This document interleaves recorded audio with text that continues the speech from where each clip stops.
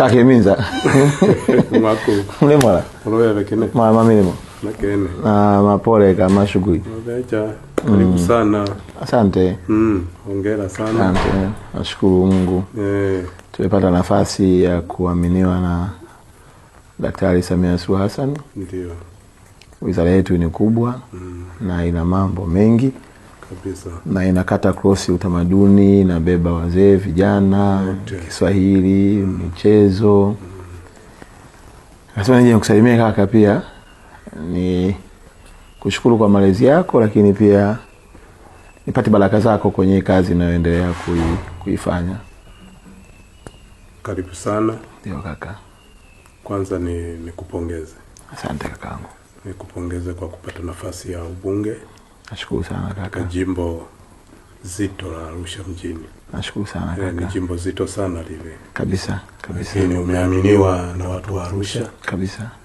Ambao nadhani wameona utendaji kazi wako.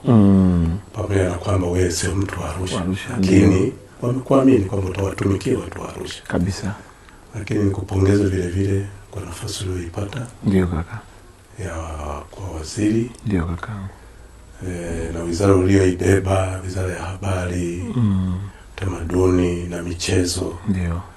Inajumuisha watu wengi. Kabisa. Rika zote. Kabisa. Na hizi rika zote maana yake wote wana imani na wewe. Kabisa. Ni bahati. Kweli kaka. Mimi nasema ni bahati kwamba inakujenga wewe. Kabisa. Kwanza bado ni kijana. Ndio. Kwa hiyo vijana wana matumaini makubwa na wewe. Kabisa kaka. Una uzoefu wa kuwa kiongozi. Ndio kaka. Umekuwa mkuu wa wilaya, umekuwa mkuu wa mkoa. Ndio. Umechangamana na watu vizuri. Ndio kaka. Na nimshukuru Mheshimiwa Rais. Kabisa. Dr. Samia Suluhu Hassan. Kabisa. Kwa kukupa hii dhamana. Kabisa. Na imani kabisa, na imani na wewe. Kabisa kaka. Imani hiyo aliyoionyesha kwako. Ndio. Nadhani unatakiwa kuionyesha na wewe kwake. Sawa kabisa. Na kuionyesha kwake ni utendaji wa kazi wako. Sawa kabisa kaka. Na hilo mimi sina mashaka. Amina kaka. Jitahidi kabisa kaka. Uionyeshe hiyo imani yako. Sawa kabisa. Uonyeshe uwezo wako. Sawa kaka. Watumikie wa Tanzania. Sawa kaka. Kwa sababu wa Tanzania wanakuwa na mategemeo na wewe. Kabisa.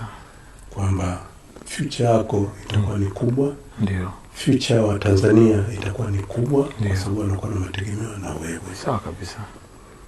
Hizi siasa zingine hizi tunaziacha. Sawa kabisa. Umeaminiwa na taifa. Sawa kabisa. Wa Tanzania kama wananchi ndio wangependa kuona matokeo mema. Sawa kabisa. Matokeo ya maendeleo. Mara nyingine huwa tunajisahau kabisa.